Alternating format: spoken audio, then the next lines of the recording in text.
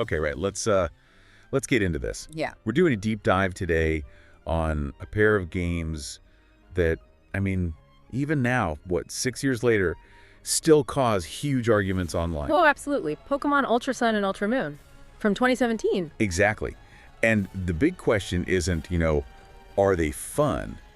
Because lots of games are fun. Right. It's much more loaded. It's like, were they actually a worthy follow-up? The definitive version, especially if you'd already played the original Sun and Moon. Which many people had. And for a lot of those fans, the answer is still, well, it's complicated. It's often a no, and a kind of frustrated no at that. Mm-hmm.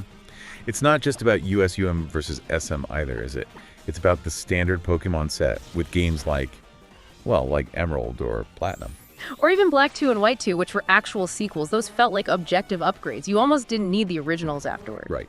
So we've looked at a whole bunch of community analyses, critiques, forum posts, basically trying to figure out why. Yeah, why USUM, even though it added a ton of stuff, like a lot of content and some serious challenges, why it still felt like a step back or maybe sideways for so many dedicated players. Okay. So our mission today is to unpack that. We need to look at where the story got. Well, the source material calls it butchered. Pretty strong word. It is, but it reflects the fan reaction. We'll look at the character changes, particularly Lusamine. And the gameplay stuff too, right? Like the Rotom decks, the pacing. Definitely. And whether all that new post-game content, which was significant, actually made up for the flaws or justified buying it again. Okay, let's start with the story then. The narrative meat grinder, as you put it. And it really centers on Lusamine, the head of the Aether Foundation. Yeah.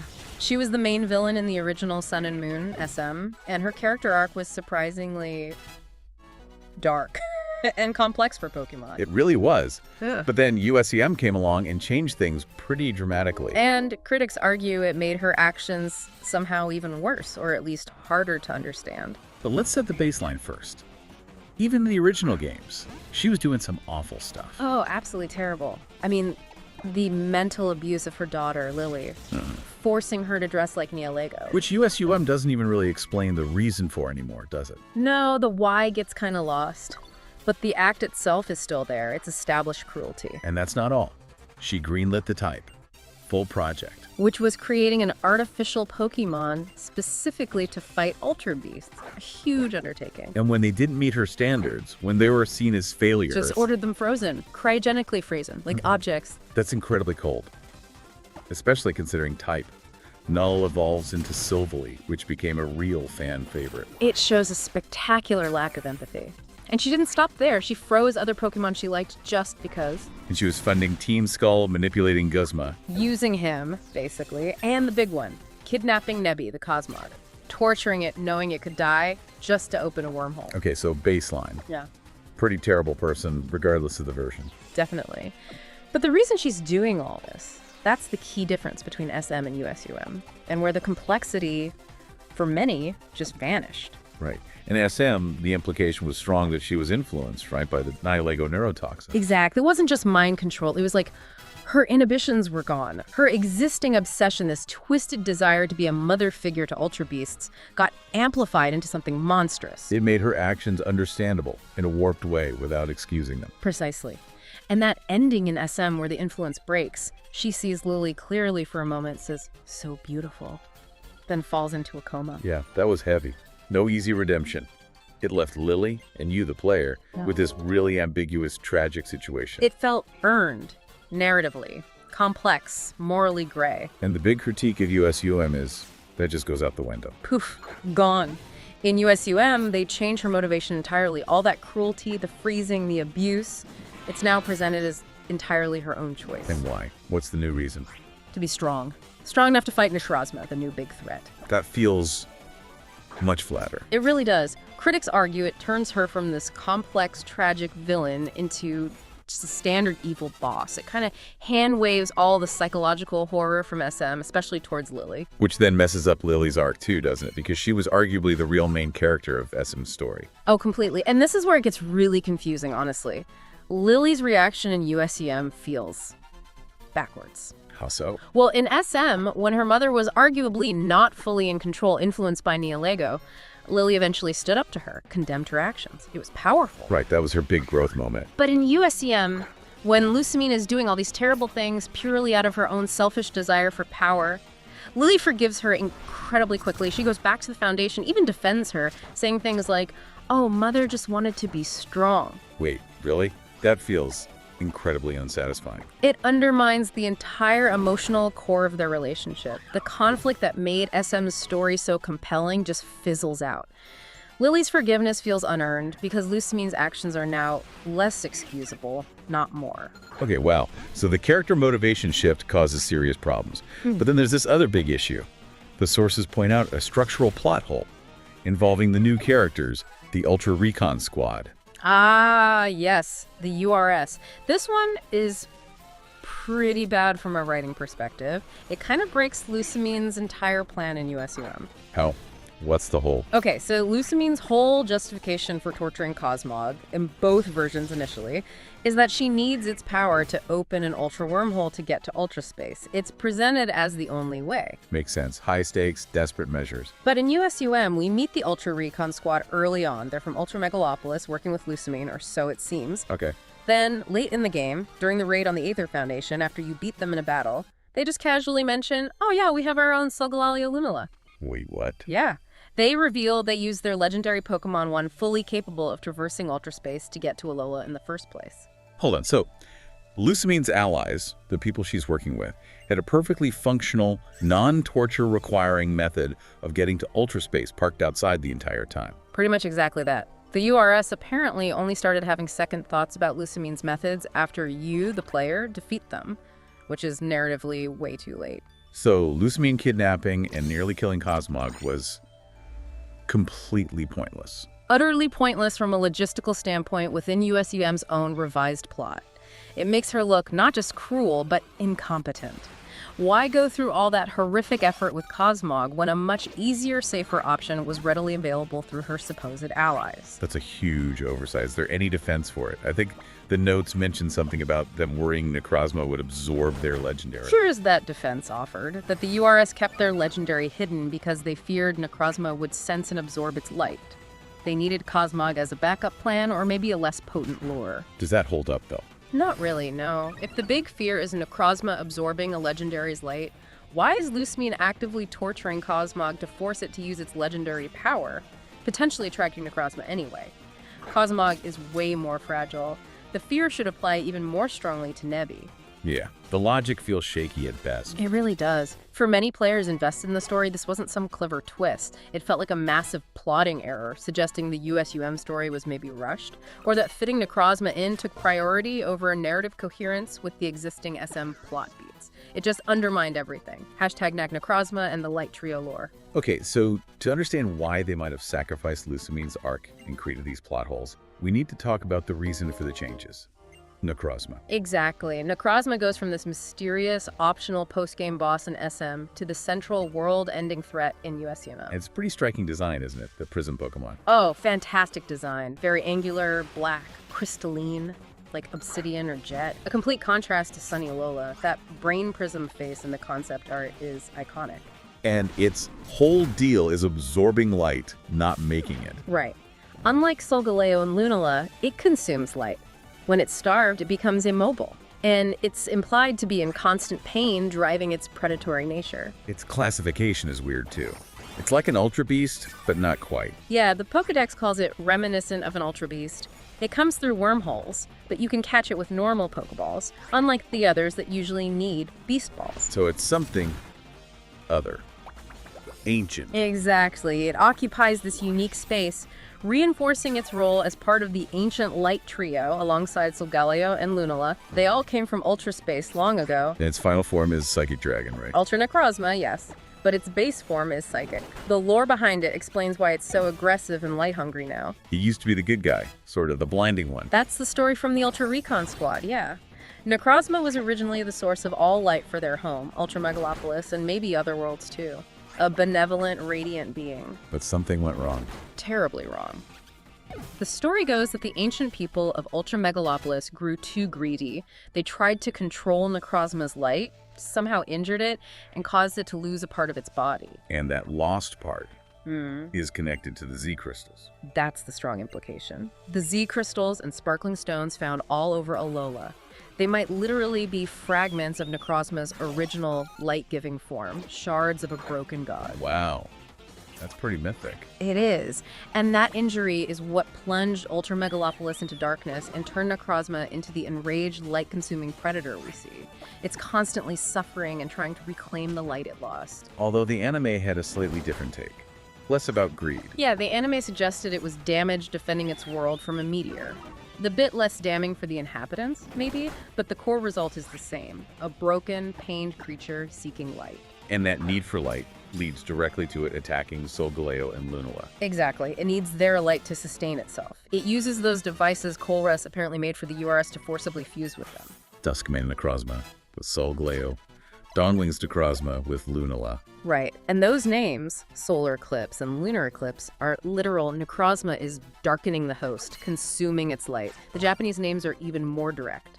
Sun-eating and moon-eating. And visually, this is where some critics felt the design was a bit lazy compared to other fusions. That's a common point, yeah. Unlike Kyuremon's fusions in Black 2 White 2, which look like integrated combinations. Yeah, Kyurem Black and White looked cool. Necrozma's forms look more like it just slapped its black, spiky armor pieces onto Solgaleo or Lunala. It looks parasitic, incomplete. Necrozma is clearly in control, using the host's light to power itself with black light. Which might be ultraviolet light. That's the theory. UV light, invisible, potentially harmful, but also a form of light energy. But these forms aren't the end goal.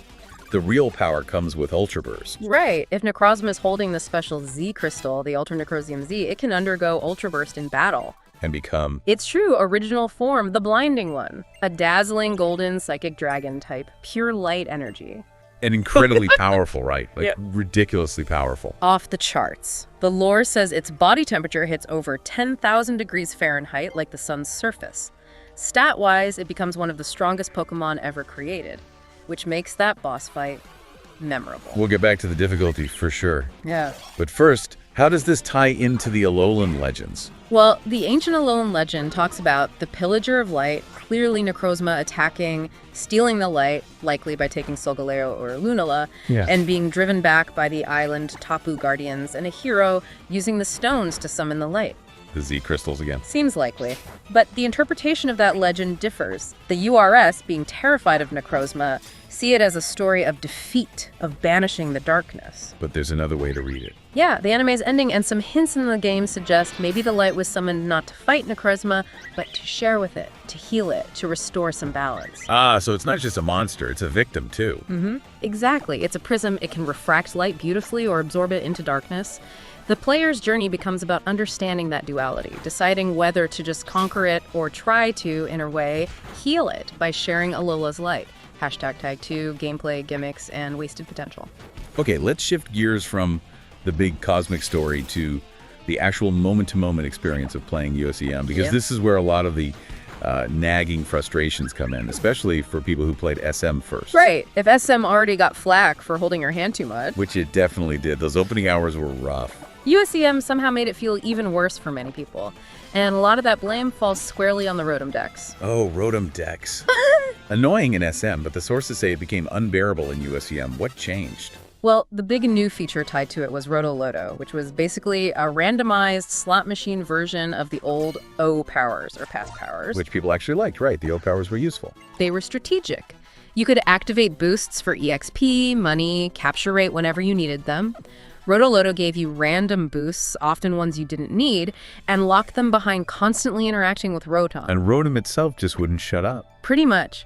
The dialogue was relentless, unskippable, and often felt weirdly condescending or just pointless. Like it would pop up saying, listen up, here's where I give you advice you didn't ask for, and then force you through dialogue just to maybe get a random roto boost you might not even want.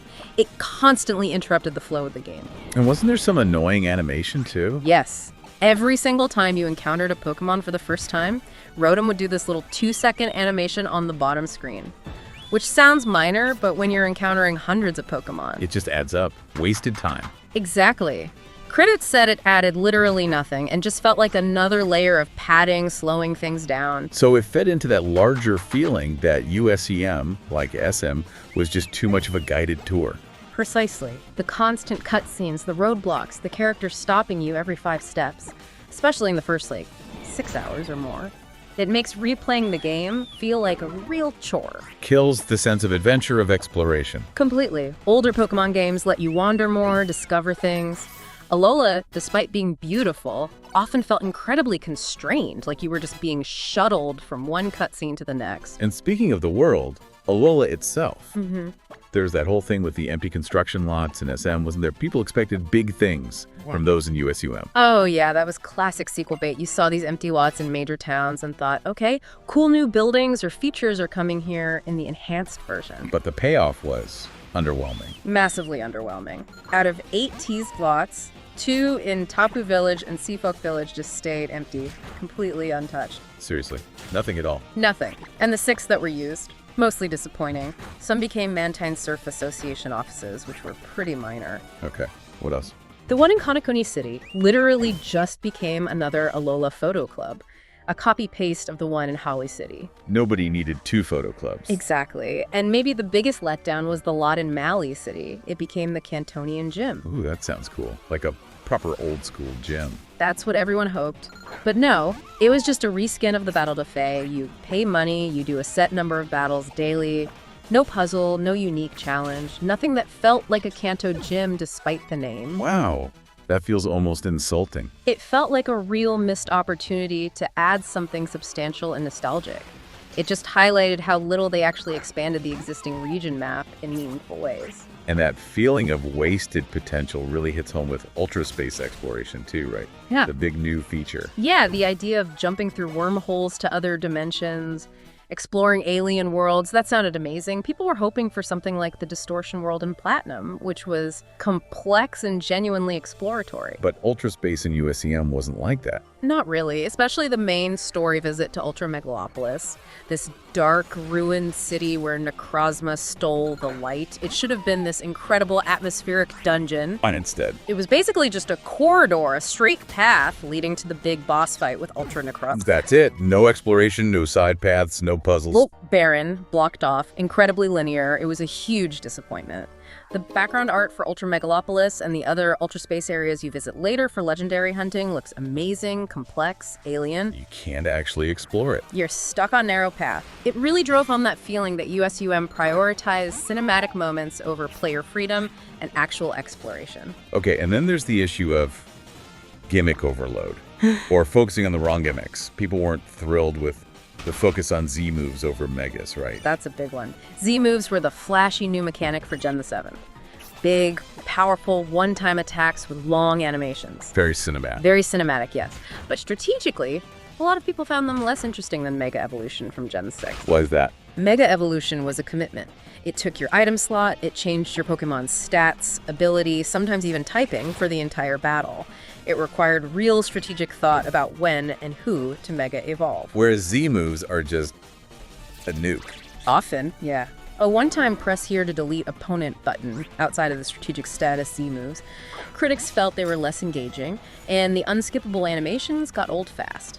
The argument was Game Freak should have built more on Megas, or the other cool Gen 7 feature, Alolan forms. Which gave old Pokemon new types and designs. People like those. Exactly. But instead, USUM doubled down on Z moves and didn't really expand significantly on Megas or Alolan forms, which felt like a misstep. This feeds into that design laziness critique too, doesn't it? With some of the new Pokemon or forms introduced in USUM. It does, like the special Hat Pikachu variants. Functionally identical, just a texture swap. Okay, minor example. What about the bigger ones? Dusk, Lycanroc. Dusk Lycanroc, heavily marketed. But the design was criticized as basically being midday Lycanroc's body, with midnight Lycanroc's hair fringe, an orange tint, and a tiny stat change, literally 2 points moved from speed to attack. It's not much. No. Critics said they could have done something cool, like give it an ability to change stances, maybe combine moves from both forms. Instead, it felt like the absolute minimum effort for a new form. And Necrozma's fusions again. We mentioned the parasitic look.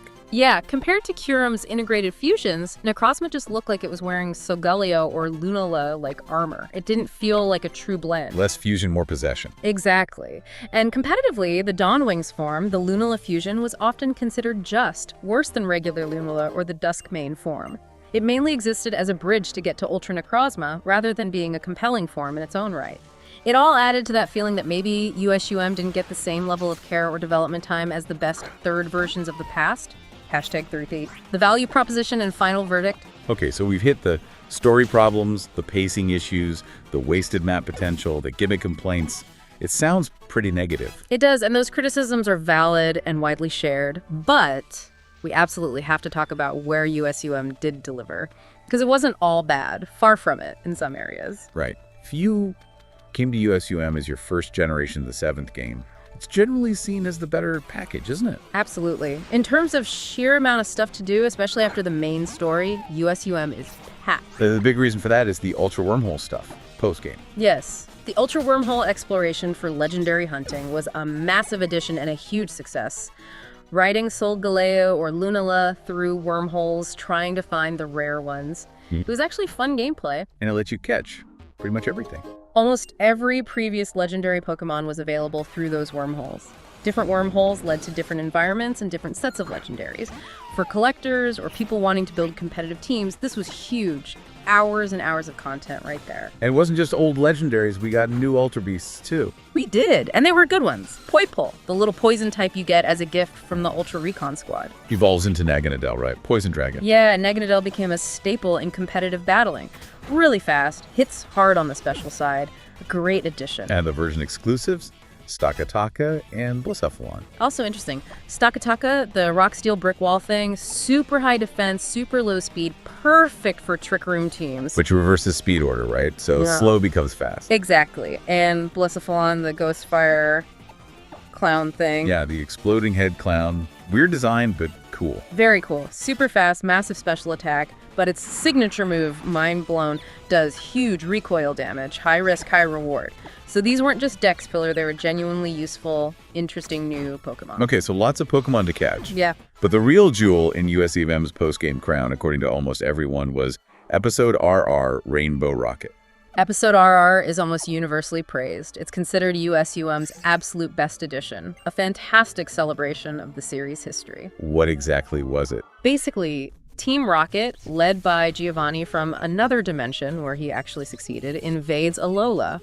And he brings along other villainous team leaders from past games who also succeeded in their own worlds. Wait, so you fight Archie with Kyogre, Maxie with Groudon? Exactly. Cyrus with Dialga or Palkia, Getsy's with Zekrom or Reshiram, Lysandre with Xerneas or Yveltal, and Giovanni himself has Mewtwo on their main teams. Whoa.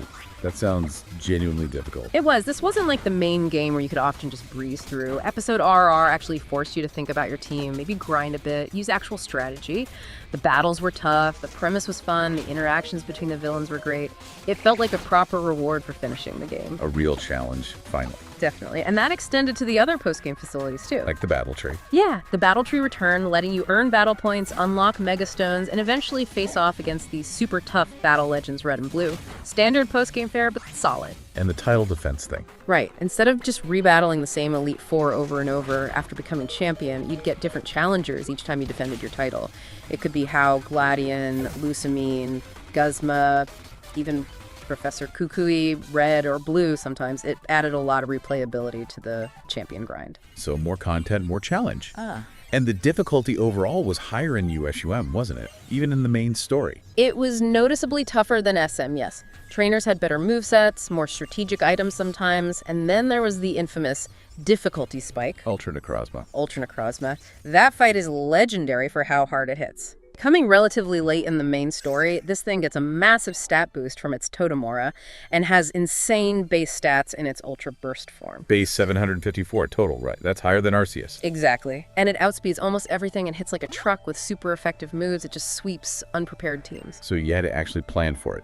Use items, specific strategies. Oh yeah. People resorted to using focus sashes, status moves like toxic, specific resistanteo Pokemon as sacrifices, relying on Rotom boosts. It was a genuine roadblock. Many Nuzlocke runs ended right there.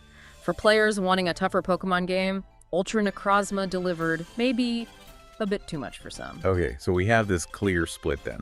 USUM offers way more content, higher difficulty, better postgame. Objectively, more stuff. More Pokemon, more battles, more hours of gameplay if you do everything. But it comes at the cost of that butchered story. The annoying Rotom decks. The linear first half that's almost identical to SM. Right. And that's the crux of the debate. If you already owned SM, was it worth paying full price again, $40 at launch, to replay that same flawed first half just to get to the admittedly good new stuff later? Especially when things like catching old legendaries could eventually be done through Pokemon Bank or Home anyway. Exactly. For many players, the core experience felt too similar, and the changes they did make to the story were seen as negative. It didn't feel like enough of an upgrade to justify the cost and the time investment of replaying those early hours. And that's why the comparisons to Emerald and Platinum are so harsh. Because those games felt like definitive versions. They integrated the new story elements better, they added significant new areas and features throughout the main game, not just tacked on at the end. They fixed problems from the originals. There's very little reason to play Ruby over Emerald or Diamond over Platinum. And Black 2, White 2 were proper sequels.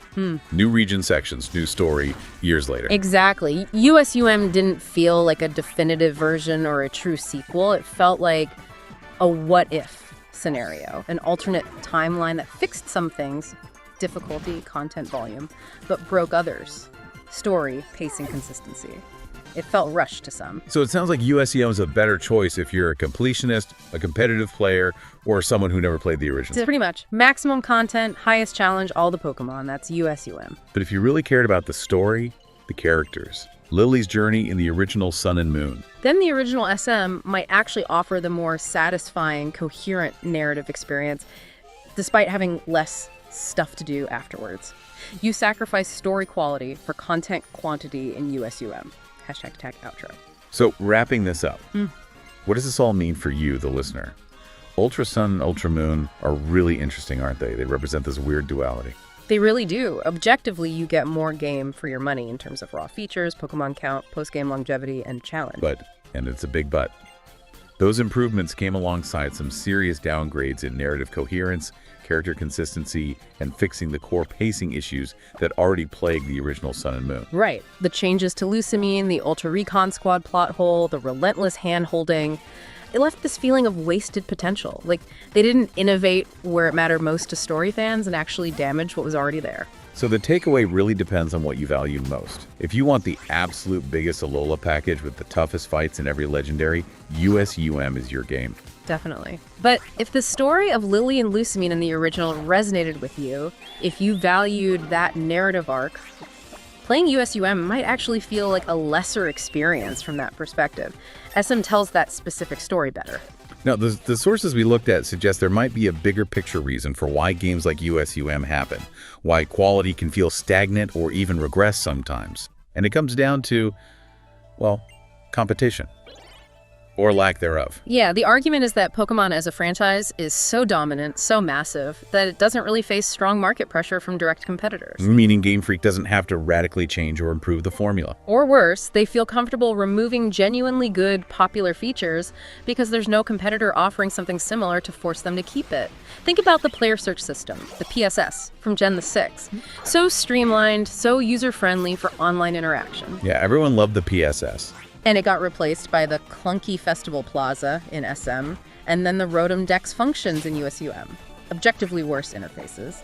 Or think about the Battle Frontier, a massive, beloved post-game feature from Emerald and Gen 4, just gone. Replaced by simpler facilities like the Battle Tree. Exactly. When there's no real external pressure, the incentive to maintain or improve those complex features might decrease, while the incentive to focus on marketable, surface-level gimmicks increases. Which leads us to our final thought for you to chew on. If a franchise basically has no direct rivals, how do we even measure quality anymore? What's the benchmark? And how often does that lack of pressure lead developers to rely on flashy but maybe shallow gimmicks, Z moves, slightly different hats on Pikachu, linear exploration zones just to seem new? Instead of tackling the harder structural problems fans complain about, like the excessive hand-holding or refining those deep, beloved features like a proper Battle Frontier that get quietly dropped, it raises the question, does chasing the shiny new thing sometimes force you to break the really good old thing? Something to think about. Okay, right, let's get into this. Yeah. We're doing a deep dive today on a pair of games that, I mean, even now, 6 years later, still cause huge arguments online. Oh, absolutely. Pokemon Ultra Sun and Ultra Moon from 2017. Exactly. And the big question isn't, are they fun? because lots of games are fun. Right. It's much more loaded. It's like, were they actually a worthy follow-up? The definitive version, especially if you'd already played the original Sun and Moon. Which many people had. And for a lot of those fans, the answer is still, well, it's complicated. It's often a no, and a kind of frustrated no at that. It's not just about USUM versus SM either, is it? It's about the standard Pokemon set with games like, well, like Emerald or Platinum. Or even